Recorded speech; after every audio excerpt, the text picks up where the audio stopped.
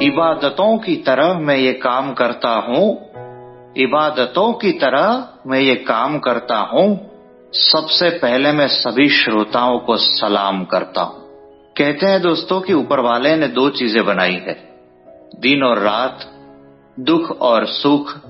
ऐसी कई चीजें बनाई है जिसमें से हंसना एक ऐसी चीज है जो मन को हल्का करती है और रोना भी मन को हल्का करता है। लेकिन मैं एक कॉमेडियन आर्टिस्ट होने के नाते सबको ये जरूर कहूंगा कि हर इंसान को दिन में 1 या 2 घंटे हंसना चाहिए, जिसके उसका आयुष्य बढ़ जाता है, ऐसा वैज्ञानिकों ने भी कहा है।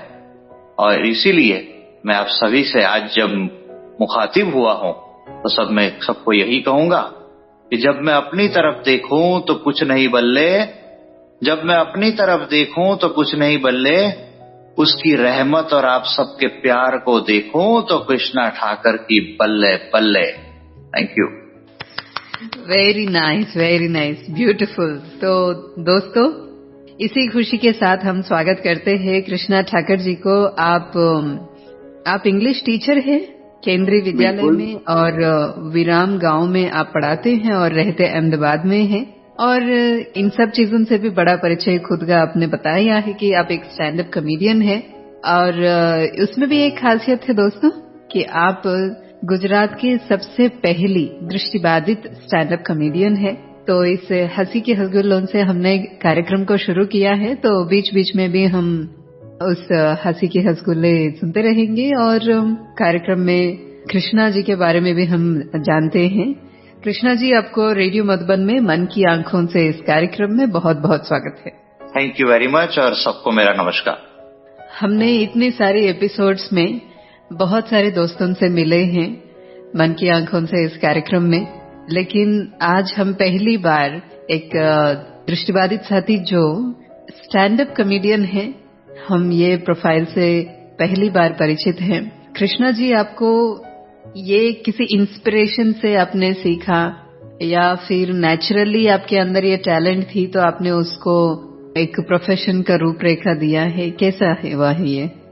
देखिए, मैं यहाँ ये जरूर कहना चाहूंगा कि नेचुरली मेरे में ये टैलेंट थोड़ा बहुत था, लेकिन उसको थोड़ी पनपने की जरूरत थी, ऐसा मुझे लगा था। और एक चीज मैं हर वक्त कई किताबों में भी पढ़ता हूँ और अपने आसपास भी देख रहा हूँ मैडम कि आजकल लोगों की जिंदगी बहुत फास्ट हो गई है। ये अच्छी बात है, आज नई नई तकनीक आ रही है, सब कुछ हो रहा है, लेकिन इसके साथ साथ हम देख रहे हैं कि आजकल लोगों के अंदर स्ट्रेस बढ़ रहा है।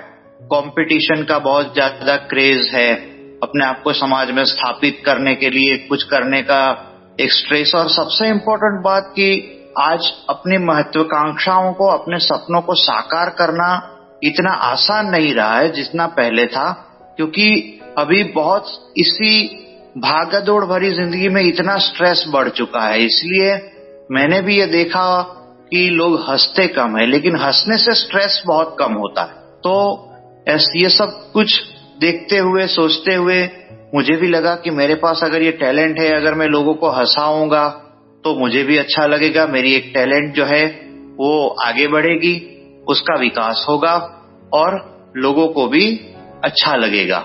इसीलिए मैं आज सभी लोगों से ये कहना चाहता हूँ, जैसे अभी मैंने ऊपर बताया कि आप अपने कामकाज में व्यस्त होंगे, अपनी जिंदगी में व्यस्त होंगे, अपने परिवार के काम में व्यस्त होंगे, लेकिन फिर भी थोड़ा बहुत समय अपने खुद के एंटरटेनमेंट के लिए भी निकालना जरूरी होता है। इसलिए मैं सबसे जितना हो सके इतना 1-2 घंटे अगर आप वाकई में थोड़ा हंसेंगे तो वाकई में मजा आएगा। अगर इतना समय आप नहीं निकाल सकते तो जितना निकाल सकते उतना निकालिए, लेकिन थोड़ा अपने आप को भी एंटरटेन किया करिए ताकि आपको जिंदगी में स्ट्रेस महसूस ना हो। जी, तो इसीलिए आज हम आपको बुलाए हैं ताकि हमारी मनोरंजन भी हो जाए और थोड़ी सी सीखने को भी मिले आपसे बहुत सारी बातें। तो कृष्णा जी, ये बात तो सही है कि हमें स्ट्रेस कम करना है जीवन में, उसके लिए हंसना भी जरूरी है। तो जैसे आपने कहा कि आपको थोड़ी सी दिशा देनी पड़ी हुनर को, तो आपने कैसे मेहनत किया, क्या प्रयास किया आप उसके लिए? देखिए, सबसे पहले तो मैंने इस विषय में ये काम किया कि मैं वैसे तो स्कूल लेवल से ही ये काम करता रहता था। जो स्कूल में हफ्ते में प्राइमरी स्कूल्स में एकादशी सभा होती है, जिसमें बच्चों को ये मौका दिया जाता है कि आप अपनी टैलेंट स्टेज पे आके परफॉर्म करें, तभी से मैं ये जोक्स वगैरह करता रहता था। लेकिन फिर थोड़ा बीच में ऐसा वक्त भी आया था कि मैं अपने हायर स्टैंडर्ड्स की वजह से पढ़ाई लिखाई में भी थोड़ा बिजी हो गया, तो ये फील्ड थोड़ा बीच में छूट गया था। लेकिन जैसे ही मेरी पढ़ाई लिखाई कंप्लीट हुई तो फिर मैंने लोगों से बात की जो प्रोफेशनली ये काम करते हैं, तो सभी से बात करने के बाद मुझे ये लगा कि मुझे अपने खुद का एक एल्बम बनाना चाहिए। तो मैंने एक एल्बम बनाया और फिर मैंने वो लोगों के सामने प्रस्तुत किया। और जैसे ही मेरा वो एल्बम लॉन्च हुआ, उसका मैंने नाम दिया था हास्य की दौलत। गुजराती में એને કહેવાય હાસ્યની દौलत। तो वो फिर मैंने लोगों के सामने रखा और फिर वो लोगों ने पसंद किया और फिर मुझे मौके मिलते रहे।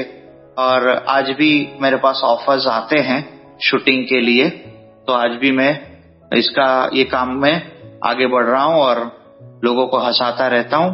तो इसी तरह से क्या है, अपना एक प्लेटफॉर्म बनाना पड़ता है। आज ये वक्त की मांग है कि थोड़ा स्ट्रगल तो आजकल की लाइफ में है ही हर फील्ड में, लेकिन अपना मुकाम बनाने के लिए एक प्लेटफॉर्म हमें बनाना पड़ता है। आज अपॉर्चुनिटीज खुद चलकर आपके सामने नहीं आती, आपको ढूंढनी पड़ती है या तो आपको उसे क्रिएट करनी पड़ती है। जी, आपने सही कहा है कि कोई भी अगर अपनी पैरों पे खड़ा होना चाहता है, अपनी हुनर का एक पहचान बनाना चाहता है, तो उसके लिए तो परिश्रम बहुत जरूरी है। और उसमें भी लोकप्रिय बनने के लिए लोगों तक पहुंचना और लोगों तक पहुंचने की जो भी साधन होते हैं उसका इस्तेमाल करना बहुत जरूरी है। कृष्णा जी, जैसे आप दृष्टिबाधित है और आपकी स्टैंड अप कॉमेडी के बारे में आपने बताया, लेकिन हम आपसे ये जानना चाहते हैं कि बचपन कैसा रहा आपका? देखिए, मैं जन्म से ही दृष्टिबाधित हूँ और मेरा अहमदाबाद शहर में मेरा जन्म हुआ। और मेरे जन्म होने के 2-3 घंटों में मेरे पेरेंट्स को लगा कि मैं आंखें नहीं खोल रहा था। तो जब मुझे डॉक्टर के पास ले जाया गया, आई स्पेशलिस्ट के पास, तो उन्होंने चेक करके फौरन बता दिया कि आंखों में विजन नहीं है। तो पहले ही दिन से मेरे पेरेंट्स को पता चल गया था कि मैं दृष्टिबाधित हूँ। अब जब पहले पता चलता है लोगों को कि बच्चा दृष्टिबाधित है, तो क्योंकि लोगों को एक्सपीरियंस नहीं होता, जिनको एक्सपीरियंस है उनकी बात तो ठीक है, लेकिन जिन्हें एक्सपीरियंस नहीं है, पहले तो एक जबरदस्त झटका लगता है परिवार कि ये तो दृष्टिबाधित है, देख नहीं सकता, अभी आगे इसका भविष्य क्या होगा, इसको कैसे आगे बढ़ाया जाएगा। तो वैसे, और मेरे पेरेंट्स दोनों जॉब करते थे, मेरे पापा भी उस वक्त जॉब करते थे और मम्मी की भी नौकरी थी। तो 3-4 साल का जब मैं हुआ तो फिर मेरे मैटरनल ग्रैंड पेरेंट्स थे, मतलब मेरे मामा मामी नाना नानी, वो जिस गांव में रहते थे वहां ब्लाइंड स्कूल हमारे घर के पास थी। तो सभी लोगों ने तय किया कि पहले हम इनको ब्लाइंड स्कूल में डालते हैं। और उन लोगों ने रिस्पॉन्सिबिलिटी, क्योंकि मेरे पेरेंट्स दोनों जॉब करते थे, तो उन लोगों ने कहा कि चलो हम इनको संभालते हैं, कोई बात नहीं। क्योंकि दोनों जब जॉब करते हैं तो उनकी लाइफ में भागा दौड़ी ज्यादा होती है, वक्त की भी कमी होती है। लेकिन और वो हमारे मैटरनल ग्रैंड पेरेंट्स का जो परिवार था वो थोड़ा बड़ा था, तो फिर उन लोगों ने मुझे अपने साथ ले गए और गुजरात का एक अमरेली नाम का गांव है, वहां की ब्लाइंड स्कूल में मेरा एडमिशन करवाया और मैंने 6th स्टैंडर्ड तक वहां पर मैंने पढ़ाई की और उसमें ब्रेल भी अच्छी तरह सीख लिया। फिर मेरे पेरेंट्स को और मेरे परिवार के लोगों को लगा कि अब इनको ब्रेल अच्छे से आ गया है, तो अब इनको नॉर्मल स्कूल में डाल दिया जाए, नॉर्मल बच्चों के साथ ही इनकी पढ़ाई लिखाई आगे कंटिन्यू की जाए। तो फिर मेरी नॉर्मल स्कूल में मेरा एडमिशन हुआ। कौन सी क्लास में आप नॉर्मल स्कूल में शिफ्ट हुए थे?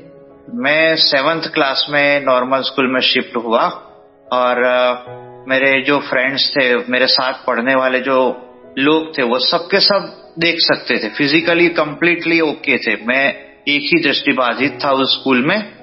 तो मेरे टीचर्स ने और मेरे फ्रेंड्स ने भी मुझे काफी अच्छे से हेल्प किया और मैं सभी श्रोताओं को बताना चाहूंगा कि मैं लगभग हर क्लास में अव्वल दर्जे से पास हुआ।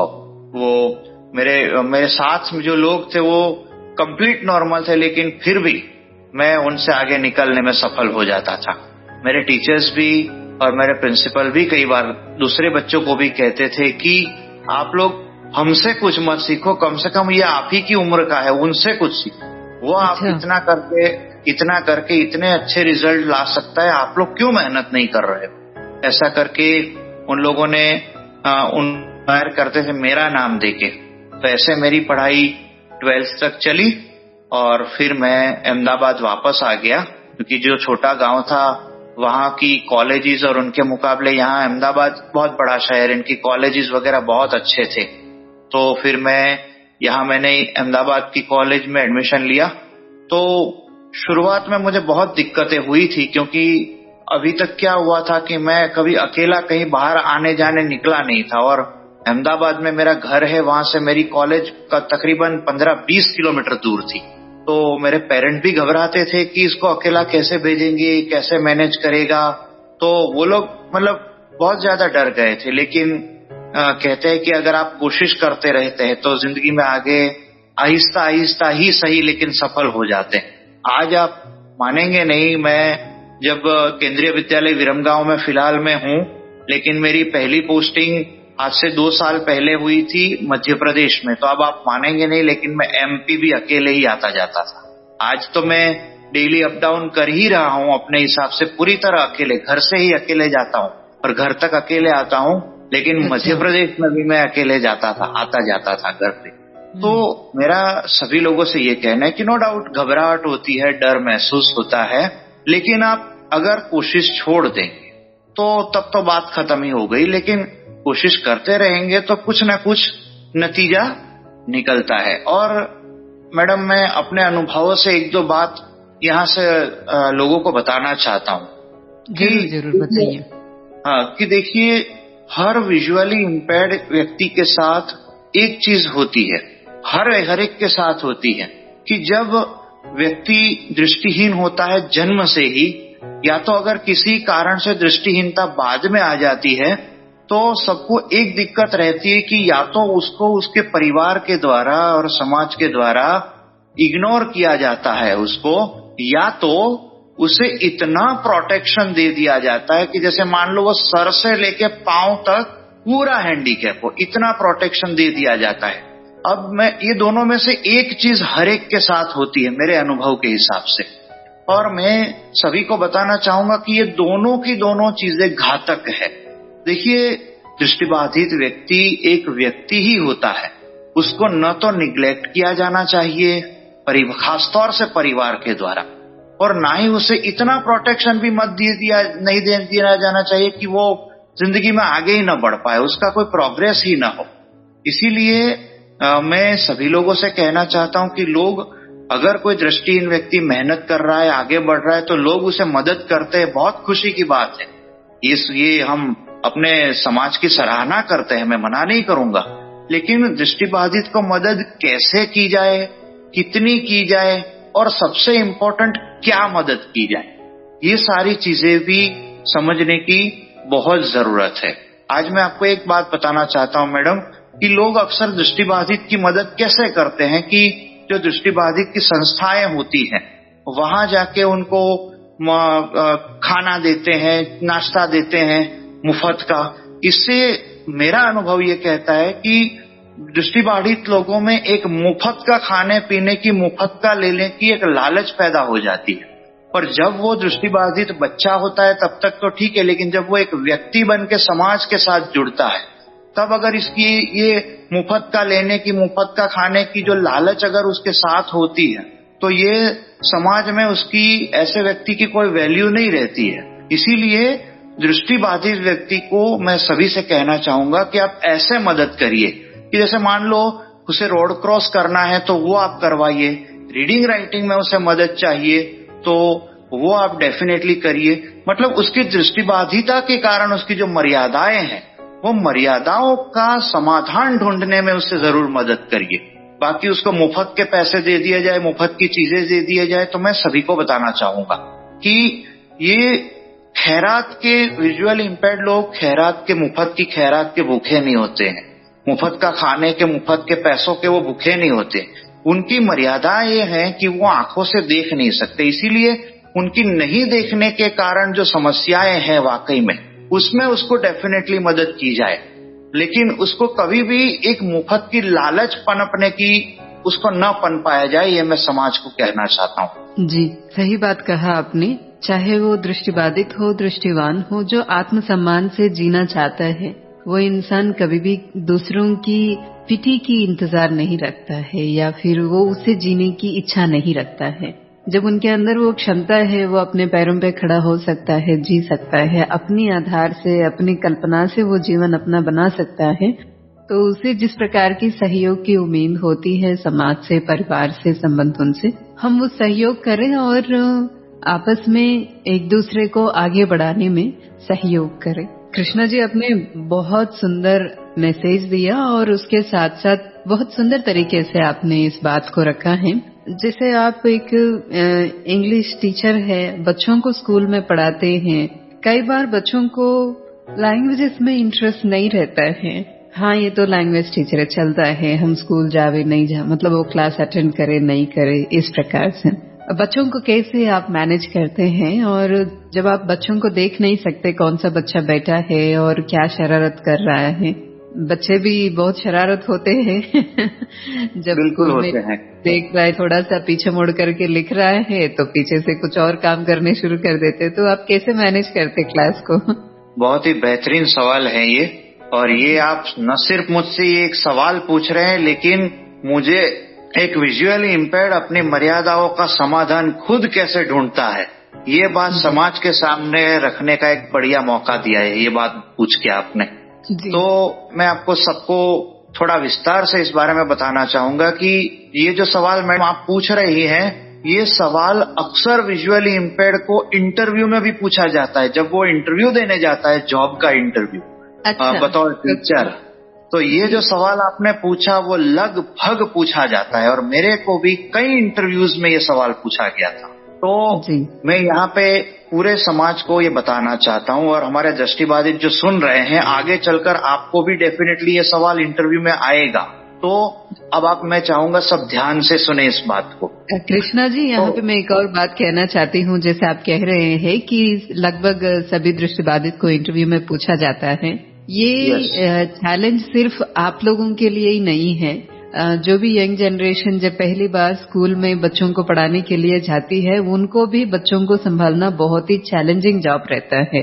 तो उनके लिए भी ये सीखने की बात है कि कैसे बच्चों को समझे और कैसे बच्चों को टीचर अपनी ओर आकर्षित करके पढ़ाई में ध्यान रखने में उनको इंटरेस्ट पैदा करे। ये बात आपकी बिल्कुल सही है, लेकिन एक चीज आपकी बात में भी मैं ऐड कर दूं कि आपने जो सवाल पूछा कि दृष्टिवानों को भी ये पूछा जाता है कि आप बच्चों को कैसे मैनेज करेंगे, कैसे संभालेंगे, क्या करेंगे, तो ये आपका सवाल तो सही है मैडम, लेकिन दृष्टिबाधित टीचर हो तो उनकी क्या है कि एक ये सवाल थोड़ा और महत्वपूर्ण हो जाता है, और ये सवाल मैं यहाँ कहना चाहूंगा, ये सवाल और थोड़ा धारदार हो जाता है जब विजुअल इम्पेयर्ड टीचर होता है।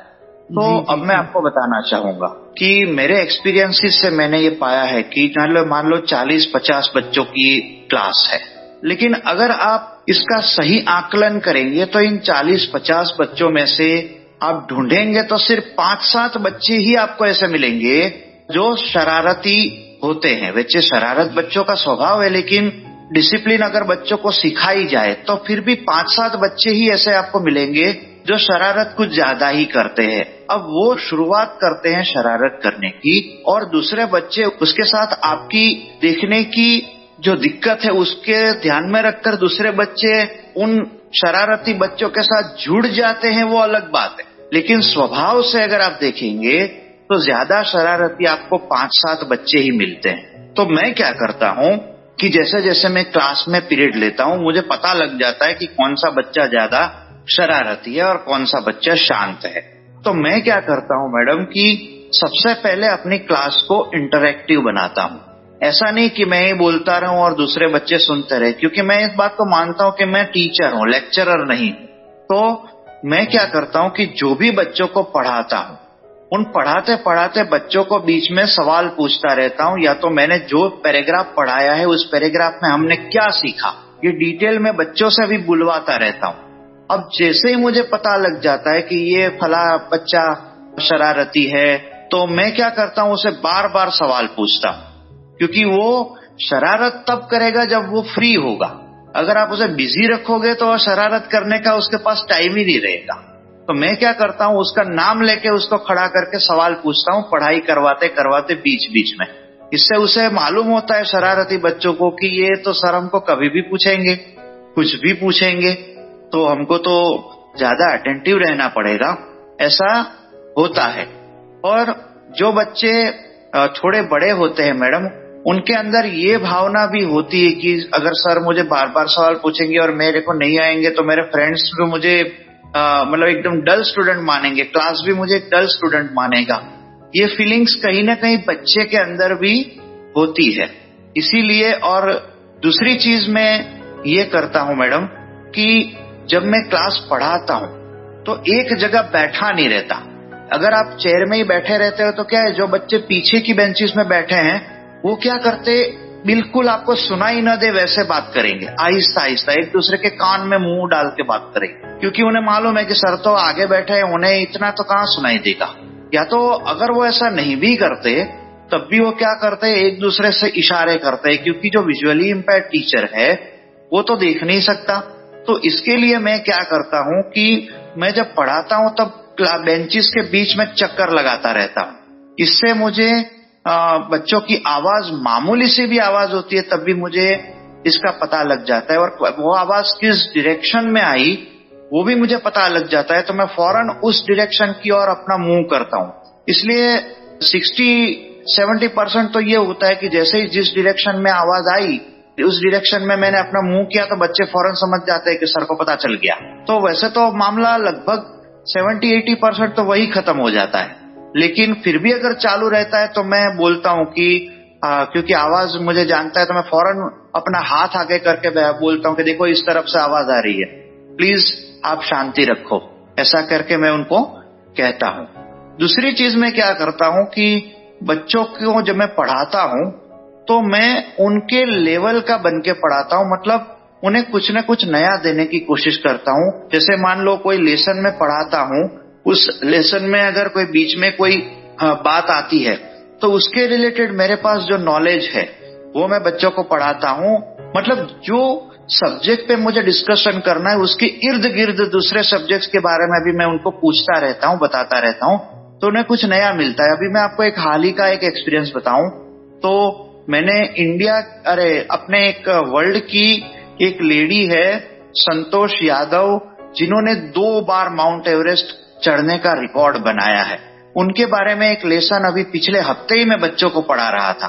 तो इसके बारे में मैंने उनमें और भी पूछा कि हमारे इंडियन व्यक्ति कौन थे जिसने माउंट एवरेस्ट सबसे पहले चढ़ा था, उनका नाम क्या है। फिर एक दिव्यांग महिला है जिसने भी ये मुकाम हासिल किया है, उनका नाम क्या है। तो ऐसा करते करते मैं जो सब्जेक्ट पढ़ा रहा हूं उसके इर्द गिर्द भी बच्चों को बताता भी रहता हूं और पूछता भी रहता हूं।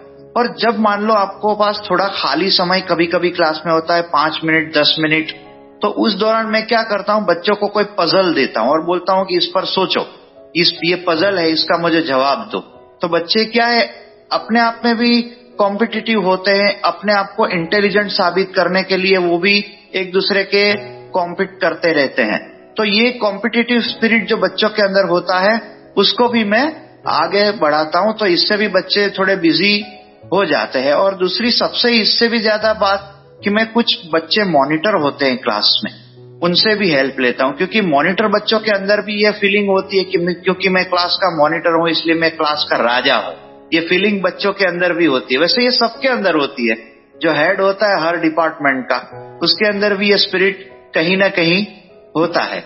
और दूसरी चीज मैं कभी कभी ब्लैक बोर्ड वर्क में बच्चों से हेल्प कभी कभी ले लेता हूं। वैसे आज ये कॉम्पिटिटिव कंप्यूटर वगैरह और मोबाइल के जमाने में अब ब्लैक बोर्ड वर्क की इतनी जरूरत नहीं रही, लेकिन फिर भी लेता रहता हूं। इसी तरह से मैं अपने क्लास को और अपने बच्चों को अच्छे से अपने साथ लेके चलता हूं। बहुत बेहतरीन है आपका सोच और आपकी जो स्ट्रेटजी है, इतनी सुंदर तरीके से जैसे कि कहीं से भी कोई किसी को मौका ना मिले, आपके सामने शरारत करे या आपके ऊपर उंगली उठाए कि आप बच्चों को संभाल नहीं सकते हैं। और टीचर वही होता है हमेशा जो अपडेटेड रहे और बच्चों को अपनी बुद्धि को शार्प करने के लिए कुछ न कुछ तरीका निकाले और उनको ज्ञान अर्जन करने में बिजी रखें। बहुत सुंदर कृष्णा जी।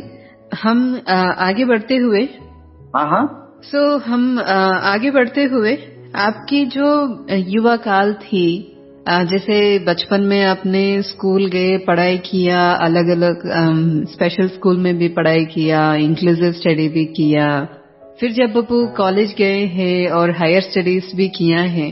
बचपन की नादानियां और उस समय की सोच और फ्रेंड्स की बातें अलग होती है, लेकिन जब हम यूथ एज में आते हैं उस समय की हमारी सोच और हमारा व्यवहार, हमारे दोस्त लोगों का हमारे साथ का व्यवहार, इसमें बहुत फर्क पड़ जाता है। उस समय आपने कैसे हैंडल किया लाइफ को?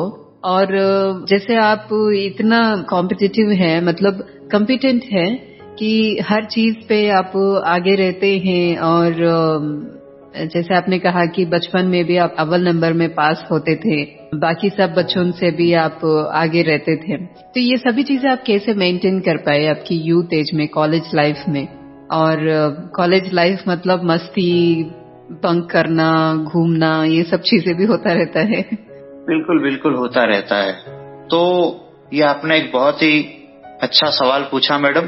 तो यहाँ मैं सबको ये जरूर कहना चाहूंगा कि अपने युवा काल में सबसे पहले तो हमारे सामने ये चुनौती थी कि 12th तक जब तक हमने पढ़ाई की थी तब तक हमारे पास ब्रेल बुक्स अवेलेबल थे।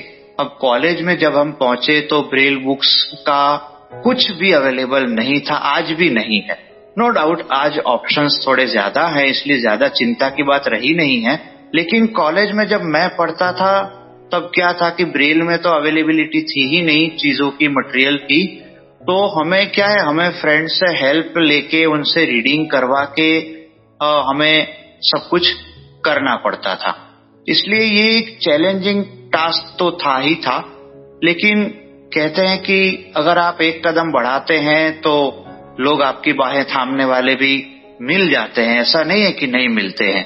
तो वैसे मैं जब कॉलेज काल में पढ़ रहा था तो मेरे कई फ्रेंड्स थे, और मैं सबको बताना चाहता हूं कि आपको अपने आप को पहले एस्टेब्लिश करना पड़ता है लोगों के बीच में।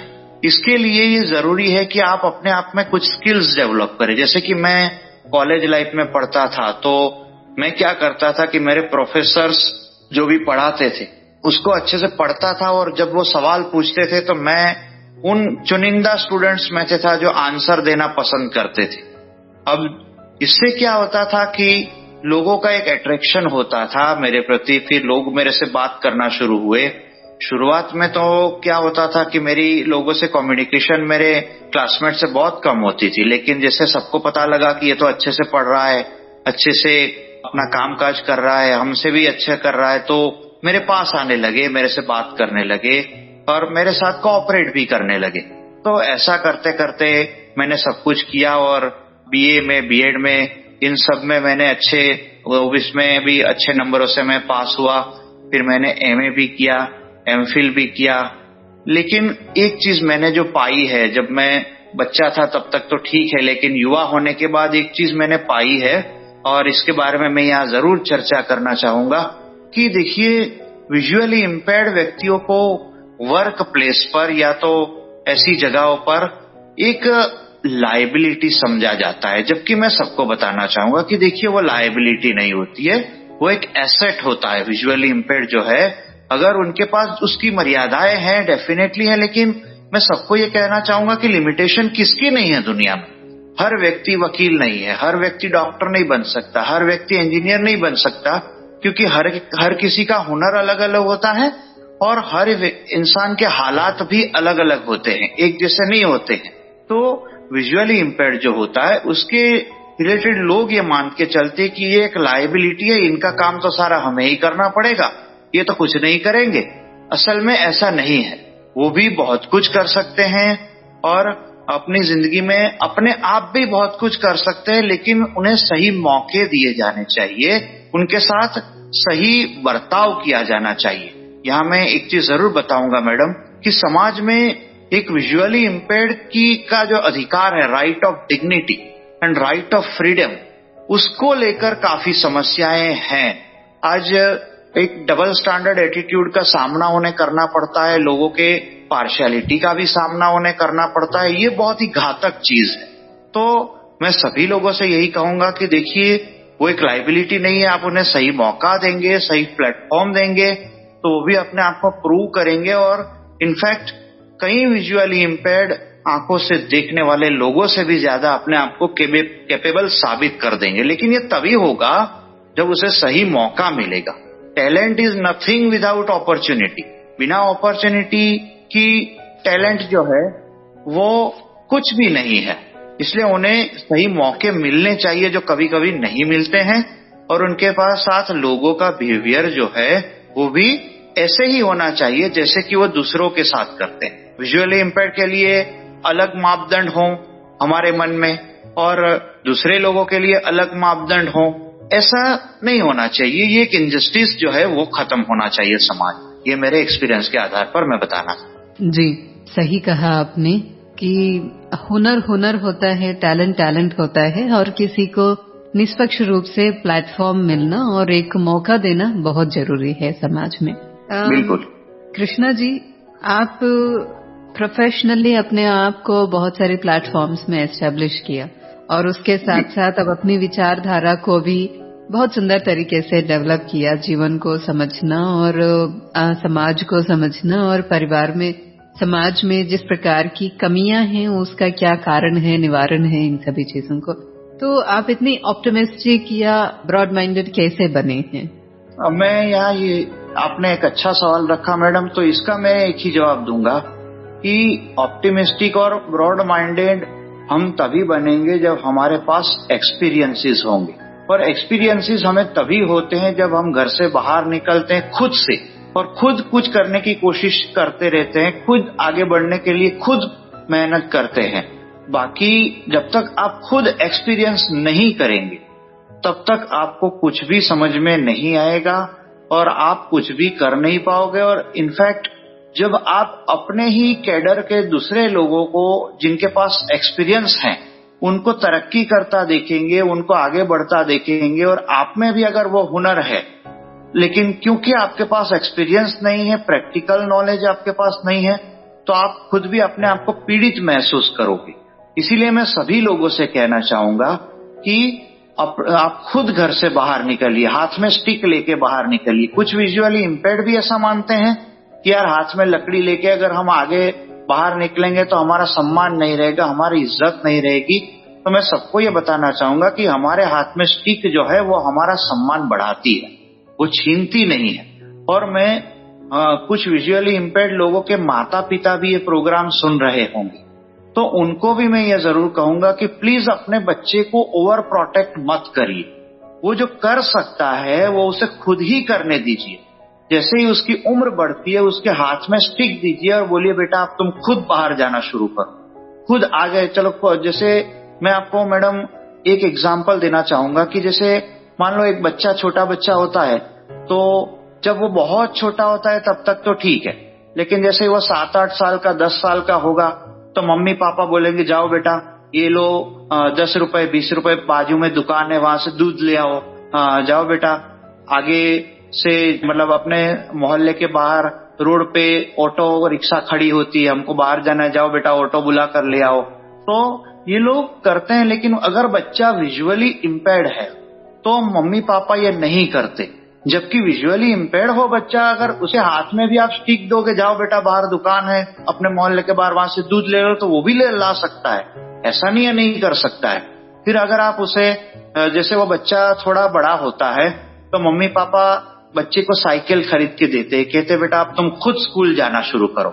मैं विजुअली इम्पेयर्ड बच्चे के माँ बाप को भी यही कहूंगा कि आप उसके हाथ में स्टिक दोगे और कहोगे बेटा अब तुम आहिस्ता आहिस्ता स्टिक लेके अपने आप स्कूल जाना शुरू करो। अगर स्कूल दूर है तो ट्रांसपोर्टेशन की व्यवस्था हर शहर में होती है, जैसे बसेस होती हैं, और जैसे बम्बई दिल्ली शहरों में ट्रेन्स भी होती हैं, तो ये तो हो ही सकता है कि आप बच्चे को ये बोले कि बेटा आप हाथ में स्टिक पकड़ो, तुम खुद जाना शुरू करो, तो ये काम भी आप करो। और एक चीज मैंने मैडम ये जरूर पाई है अपनी लाइफ में, मैं यहाँ सबको बताना चाहूंगा कि कई विजुअली इम्पेयर्ड के घर के लोग, परिवार के लोग इस बात को ज्यादा तवज्जो देते हैं कि अगर हमने इसको अकेले आने जाने दिया, अकेले भेजा, तो लोग क्या कहेंगे। तो मैं सबको ये बात बताना चाहूंगा कि प्लीज लोग क्या कहेंगे, समाज क्या कहेगा, इस बात को तवज्जो मत दीजिए, क्योंकि जब आप बच्चे के साथ है तब तक तो ठीक है, जब आप नहीं रहोगे और जब वो विजुअली इम्पेयर्ड बच्चा एक व्यक्ति होगा और वो अकेला होगा, आप नहीं होंगे, तब जिन लोगों की आपने जिंदगी भर परवाह की कि लोग क्या कहेंगे, फलाने क्या कहेंगे, ढिकाने क्या कहेंगे, समाज क्या कहेगा, हमारे रिलेटिव्स क्या कहेंगे, पड़ोसी क्या कहेंगे, ये सोच सोच के अगर आपने अपने बच्चे को आगे नहीं बढ़ने दिया तो आपके जाने के बाद वो पूरी तरह अकेला पड़ जाएगा। और मैं सबको ये बताना चाहूंगा कि जिस बच्चे ने कभी अपने कंधे पे अपनी बैग का वजन नहीं उठाया, वो जिंदगी का वजन कैसे उठाएगा बाद में। इसीलिए अब विजन की जो समस्याएं हैं उसमें आप सफल नहीं होते, बच्चा ब्लाइंड है, उसकी दृष्टि लाने में आप सफल नहीं हुए तो कोई बात नहीं। हमेशा ये सोच रखिए कि जब तक आप उसके साथ है, उसको आप ऐसे तैयार करके जाइए कि आपके जाने के बाद उसे जिंदगी में किसी की ज्यादा जरूरत न रहे, वो अपने पैरों पर खड़ा हो जाए और अच्छे से अपना जीवन गुजारा, अपनी जिंदगी का गुजारा खुद कर पाए, वैसा उन्हें तैयार करके जाइए। मैं एक एक्सपीरियंस छोटा सा आपको बताना चाहूंगा। एमए कर रहा था यूनिवर्सिटी में, तो एक दिन क्या हुआ, मैं घर से निकलकर बस स्टॉप पे जा रहा था हाथ में स्टिक लेके, तो एक लेडी जो ठेला लेके मेरे मोहल्ले में आती जाती थी सब्जी लेके, तो उसने मुझे देख लिया। तो देखने के बाद वो मेरे ही मोहल्ले में गई सब्जी बेचने, और मेरे मम्मी पापा को भी वो जानती थी। तो मेरी मम्मी को जाके बोलती है कि आपका बच्चा अकेला अकेला जाता है स्टिक लेके, आप लोग साथ में जाते होते तो क्या दिक्कत है, क्यों नहीं जाते साथ में उनके। तो मेरी मम्मी ने उन्हें एक ही बात कही कि अगर आज हम हर वक्त उसके साथ जाते रहेंगे तो हमारे जाने के बाद क्या आप ले जाएंगे उनको, आप छोड़ने जाएंगे उनको। यही बात सही है ना। तो मैं सभी लोगों को ये कहना चाहूंगा कि इस बात को बिल्कुल तवज्जो मत देके अपने बच्चे का प्रोग्रेस मत रोकिए कि लोग क्या कहेंगे। लोग जो कहते हैं उन्हें कहने दीजिए, लेकिन बच्चे को सेल्फ डिपेंड बनाने से उसका कॉन्फिडेंस तो बढ़ेगा ही बढ़ेगा, लेकिन आपके जीते जी आपकी भी रिस्पॉन्सिबिलिटी कम होगी। और अगर आप अपने बच्चे को आत्मविश्वास से भरा देखेंगे तो आपको बुढ़ापे के दिनों में चिंता नहीं रहेगी, ये मैं गारंटी के साथ कह रहा हूँ। जी कृष्णा जी, हम इस मोड में आपकी पेरेंट्स से भी मिलना चाहते हैं। मैडम, पहले मेरी मम्मी आपसे बात करना चाहेगी। जी जी जरूर जरूर। Hello ma'am, Om Shanti. ओम शांति, नमस्ते। नमस्ते नमस्ते, बोलिए बोलिए। आपको मन की आंखों से कार्यक्रम में रेडियो मधुबन में बहुत बहुत स्वागत है। Thank you ma'am. आज हमें बेहद खुशी हो रही है, आपने कृष्णा ठक्कर जी को बहुत अच्छे संस्कार दिया, आत्मनिर्भर बनाया, और उनकी बातें सुनकर के ऐसा लगता है कि वो दृष्टिबाधित नहीं है लेकिन सबसे बेहतरीन इंसान है। वो ईश्वर की कृपा है। जी, बचपन में जब आपको पता चला कि पैदा होते ही बच्चा देख नहीं सकता है, तो उस समय आपने क्या सोचा? कुछ नहीं, उसकी ट्रीटमेंट के लिए ही सोचा था। जी, आपको उम्मीद थी कि बड़ा होकर के वो इतना नाम रोशन करेगा, इतना अचीवमेंट करेगा लाइफ में? तब पता नहीं था, लेकिन आगे हमने देखा कि उसमें बहुत सारी स्किल है। हाँ मैडम, मैं उनके डैडी बात कर रहा हूँ। हाँ जी, नमस्ते जी। नमस्ते नमस्ते, शुक्रिया, आपने इनका कोऑपरेट करके इनको तराशा, बहुत अच्छा लगा हमें। और बचपन से ही मतलब डेट ऑफ बर्थ से ही इनको ब्लाइंडनेस था, हमें पता चल गया। थोड़े दिन तो हम सारे सब डिस्टर्ब हो गए। इनके बाद में जो करना था, जो मेडिकल ट्रीटमेंट जहाँ जिस तरह मिल सकती थी, सबको सुना के, सबके एडवाइस लेके जो कर सकते थे सब कर लिया। आखिर में हमने सत्य स्वीकार कर लिया कि देखो भाई, अभी ये फाइनल है, कोई बात नहीं, अभी इनके इसमें ना कोई कुदरत की इच्छा रहेगी। अभी इसमें ये सिचुएशन में उनकी डेवलपमेंट कैसे होगी उसी पर हमने फोकस किया और उनको जहां जहां जो कोऑपरेशन चाहिए वो हमने दिया। बाकी सारी उसने अपनी लाइफ खुद तराशी है, वही सब डिसीजन लेता था, वही आगे बढ़ता था, वही करता था। जहाँ कोई छोटा मोटा दिक्कत आई रुक जाता था तो हम उनके पीछे फीडबैक में थे, लेकिन ये खुद उसी ने अपनी लाइफ का ट्रैक खुद सिलेक्ट किया है, अपने हिसाब से ही चलता रहता है। आज के डेट में भी वो मतलब लास्ट स्टेज पे हमें कोई पूछना चाहता था, बाकी अपने हिसाब से वो सारा कर लेता था। और मैं जहाँ रहता हूँ वहाँ आजू बाजू देखता हूँ उसी के एज के इससे छोटे इससे बड़े बच्चे इससे ज्यादा टैलेंटेड ये है, बाकी लोग पूछ के चलते हैं जब ये नहीं पूछते हैं। और at present I am take proud of my son के ये सिचुएशन में भी उसने MA BEd MPhil तक पहुँच गया है और वो भी अपना रास्ता खुद चुन के। हमने तो कोऑपरेट किया है, बाकी उसने अपनी मंजिल खुद तराशा है। मैडम जी जी सर, जैसे कृष्णा जी कह रहे थे कि आप और उनकी मम्मी आप दोनों नौकरी कर रहे थे और बच्चे को एक अच्छा भविष्य देना है तो आज के समय में दोनों को काम करना बहुत जरूरी है। तो कई बार हम ऐसे भी कहानियां सुनते हैं, माँ बाप दोनों बिजी है और बच्चा दृष्टिबाधित है तो वो रखने में भी इंटरेस्टेड है, मतलब जीवित रखना भी वो इच्छा नहीं रखते हैं।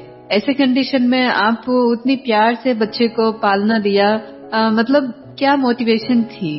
सिचुएशन में क्या था कि मेरे फादर इन लॉ वो भी गवर्नमेंट ऑफिसर थे, उन्होंने देखा कि दोनों जॉब करते हैं तो थोड़ा एक नॉर्मल मतलब थोड़ी रूटीन लाइफ आ जाए जब तक हम इनको मेंटेन करते हैं, या मुझे जॉब छोड़नी पड़ती या उनकी मम्मी को छोड़नी पड़ती, तो वो लोग उनके वहां पे लेके गए। वहां पे बड़ा फैमिली था तो वो लोगों ने अपने हिसाब से सारी ट्रीटमेंट दी, स्कूल में लाना ले जाना खाना पिलाना, ये वो थोड़ा नॉर्मल हो गया। इनके बाद में हम यहाँ पे लेके आ गए। आने के बाद मैं जब घर पे रहता था तो उनकी मम्मी जॉब पे थी, उनकी मम्मी जॉब से आती थी जब मैं जाता था, ऐसा पार्ट टाइम डिवाइडेशन कर लिया, थोड़ा थोड़ा रूटीन में आ गया। और उसको एजुकेशन में फ्रॉम बिगिनिंग ही बहुत इंटरेस्ट था, सारे सब्जेक्ट पे उसका कमांड था और हमने भी उनके हॉबी के ऊपर और हैबिट के ऊपर इतना फोकस नहीं किया। उसको जहां मर्जी जो मर्जी कर सकता है, हम इसे कहाँ कोऑपरेट कर रहे हैं यही देखते थे। हम उसे दौड़ने देते थे पर जहां बम्प आया या बड़ा स्टोन आ गया तो वो स्टोन हम ले लेते थे, इसे दौड़ने ही देते थे ताकि इसकी रिदम ना टूटे। यही देखा कि अभी ये सत्य है, स्वीकार लिया, अभी इसमें इसी सिचुएशन में इसकी प्रोग्रेस कैसे हो जाए। या बाकी इसी टाइप के जो बच्चे हैं उसी को इसके पर से एग्जाम्पल लेसन क्या मिलता है वो नजरिया हमने रवैया कर दिया और करने लग गए। बाकी इस टाइप के बच्चों के भी जो हमको पेरेंट्स मिलते थे इन्हें भी हम कहते थे कि भाई हमने ये किया वो किया, आप भी ये करो। सभी लोगों को हौसला देते थे क्योंकि ये जो कुछ ब्लाइंडनेस है वो तो गिफ्ट गो फ्रॉम गॉड है, इसमें हम कुछ नहीं कर सकते। जो कर सकते हैं वो तो करेंगे ना, और ये अच्छे माँ बाप की फर्ज है कि हमें करना पड़ेगा, और माँ बाप नहीं करेंगे तो और कौन करेगा। अपना आखिर खून है और ये हमारे जीनियस में आ जाता है, हम हमारे बच्चे की परवरिश करें। जी, तो आप दोनों क्या नौकरी करते थे? हाँ, मेरी वाइफ थी कृष्णा जी की मम्मी, वो स्कूल में टीचर थी और मैं एक ट्रांसपोर्ट इंडस्ट्रीज के अंदर गुड्स मूवमेंट का काम करता था। मैडम जी, बहुत सुंदर है। तो सर, जैसे जब बच्चा बड़ा होता है और बचपन से जब दूर है, उसको बहुत इच्छा रहती है कि हम भी माँ बाप के साथ रहे और उनकी पालना ले, क्योंकि जैसे आपने कहा कि बचपन से ही उन्होंने अपनी नाना नानी या मामा के घर में पले पड़े हैं, तो उनको और आपको कभी ऐसा लगता था कि अपना बच्चा वापस लेके आ जाए हम? नहीं, हम जिस तरह से परवरिश करते थे इसी हिसाब से वो लोग भी करते थे। अच्छा, हर वेकेशन में वो हमारे पास आ जाता था और हर समझो महीना 2 महीना कुछ 2-3 दिन की छुट्टी है, हम वहाँ चले जाते थे, मिलजुल के वापस आ जाते थे और टेलीफोन पे 2-4 दिनों में बातें तो करते रहते थे। मतलब उसको अपनापन वहाँ पे भी मिला, हमारे पास भी मिला, और आखिर हमारे पास जितना अट्रैक्शन था उतना उन फैमिली को भी था क्योंकि उनके भी ब्लड रिलेशन का अटैचमेंट था और सारे वहाँ पे बड़ा फैमिली था, 7-8 आदमी के बीच में इसको मेंटेन करना भी इनको इजी हो जाता था। और वो इतने इत्मीनान से जस्ट लाइक हमें अच्छा लग रहा है, एक सर्विस देना है, उनको कोऑपरेट करना है, वो बेस पे ही चल रहे थे। उन्होंने भी आज तक वो झिकझिकाहट नहीं रखी कि बच्चा हमारे पास कैसा आएगा। वो हमारे पास से जानबूझकर लेके गए थे कि तुमसे ज्यादा हम संभाल पाएंगे, हमारे पास रहने दो, थोड़े दिन वहाँ रहा यहाँ रहा, हर वेकेशन में हम जाते थे, वो वेकेशन में यहाँ आता था, इस हिसाब से चलता रहता था। जी, बहुत सुंदर। और जब बच्चे थोड़े से बड़े हो जाते हैं, पेरेंट्स स्पेशली फादर को एक दोस्त के रूप में बच्चों को परवरिश देना पड़ता है और उनकी हर एक ख्वाहिश की पूरा करना और उनकी सही चाल और उनकी दोस्तों का ख्याल रखना, ये सभी चीजें। तो ये कॉलेज आपके पास रह करके पढ़ते थे या फिर बाहर थे, तो फिर आप कैसे ये सभी चीजें ख्याल रखते थे इनके? इनमें क्या, जब स्कूल लाइफ में थे उनके मामा जस्ट लाइक फ्रेंड बन गए थे। जैसे कॉलेज लाइफ में आ गए तो हम यहाँ अहमदाबाद में लेके आ गए, और वो एज का भी हो गया था, जस्ट लाइक मेरा सबसे छोटा और नजदीक का फ्रेंड हो गया। इस हिसाब से एटीट्यूड रखते थे। उनकी दिक्कत हम पूरी करते थे, हमारी वो करते थे। दिन भर भी हंसा मजाक ये वो जिस तरह एक दूसरे फ्रेंड से करते थे, इसी तरह करते थे। हमने जनरेशन गैप कभी रखा ही नहीं। वो मेरी कभी कभी मजाक कर लेता था, मैं उनकी कर लेता था, और हमारे दिमाग में एक ही रवैया रहता था कि मैक्सिमम उसी को हैप्पीनेस किस चीज में मिलती है, बस वही देखते थे। इस हिसाब से चलता रहता है। आज भी वही रवैये से हम लोग फैमिली के साथ में जुड़े हुए हैं।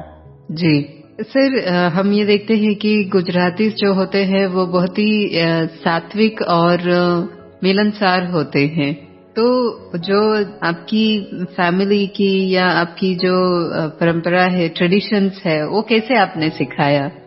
उसमें हमारा जो रूटीन लाइफ था, मैंने समझो इनको छोड़ के मेरे पास मेरे 2 बच्चे नॉर्मल है, पर हमने एक ही रवैया रखा है कि इसको प्रॉब्लम है, उनको नहीं है, उनको है, इसको नहीं। ऐसा नहीं, सारी ट्रीटमेंट एक ही टाइप की सबको दी।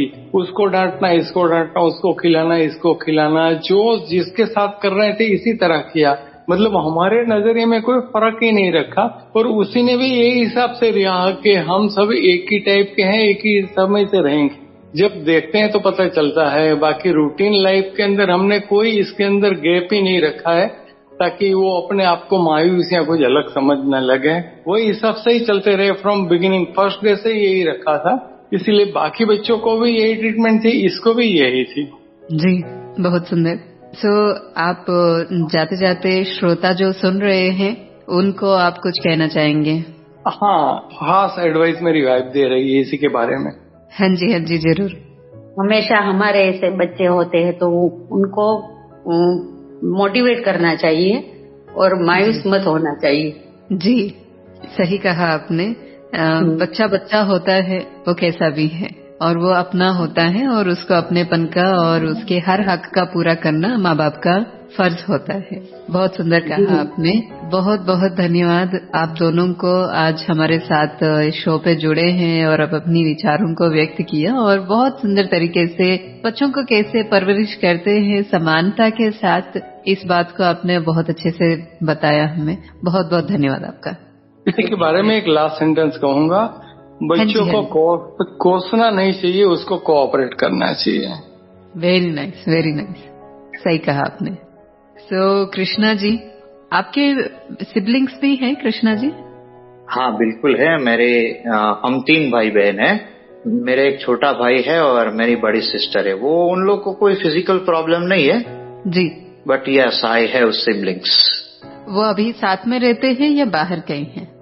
नहीं, वैसे सिस्टर मैरिड है और बाकी हम सब साथ में ही रहते हैं। जी, तो घर में है अभी आपकी भाई बहने? नहीं, अभी वो कहीं बाहर हैं। अच्छा, ओके ओके। अच्छा कृष्णा जी, ये जो दृष्टिबाधिता आपको बचपन से हुई है, ये क्यों हुई है, इसके बारे में कुछ समझने की कोशिश की डॉक्टर्स ने? इसमें वैसे मेरे मन में एक डाउट भी है। वैसे वे क्या है कि इसमें दिक्कत एक ही है कि मेरी आंखें तो ठीक ही है, उसमें कोई दिक्कत नहीं है, लेकिन मेरी आंखों को जो ब्लड मिलना चाहिए वेन से, वो वेन्स जो है वो ब्लॉक है। इसीलिए जिसकी अगर वेन चालू हो, अगर उसको मेरी आंख निकाल कर डाली जाए तो वो देख सकते हैं। अच्छा। हाँ, लेकिन वेन ऐसी चीज है ना मैडम, उसका ब्रेन के साथ सीधा संपर्क होता है, इसलिए वो डॉक्टर्स ने कि उसके साथ छेड़छाड़ नहीं की जानी चाहिए। वैसे मेरे माइंड में एक डाउट है अभी, कई बार मेरा बर्थ हुआ ना मैडम, फिर मेरी राइट आई से मुझे थोड़ा बहुत दिखता था, तो डॉक्टर्स का कहना था कि वेन्स बहुत वीक है, लेकिन हो सकता है कि जैसे जैसे बच्चा बड़ा हो तो 5-6 साल की उम्र का हो जाए, तब तक शायद वेन में कुछ प्रोग्रेस हो जाए। तो 5-6 साल की उम्र हो तो जब दोबारा जरूर आना, ऐसा डॉक्टर्स ने कहा था। तो 5-6 साल की उम्र मेरी हुई तो हम डॉक्टर्स के पास गए भी, तो उन्होंने हमको कहा भी कि आप देखिए चांसेस बहुत कम है, लेकिन हाँ अगर हम ऑपरेशन कर सकते हैं, अगर हो जाता है तो हो भी सकता है, मतलब चांसेस बहुत कम है, लेकिन 1.1% आप चाहे तो हम चांस ले सकते हैं।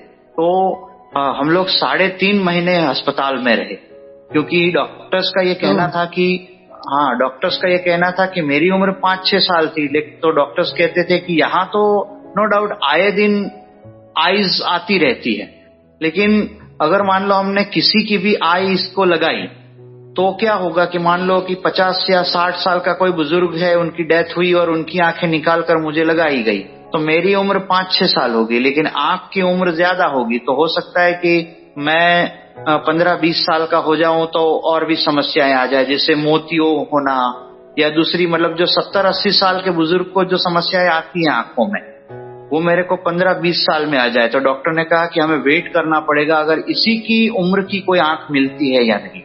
तो तकरीबन 3-3.5 महीने इंतजार किया, तो एक लड़की 10 साल की हॉकी खेलने जा रही थी, बीच में उसका एक्सीडेंट हो गया और उसकी डेथ हो गई।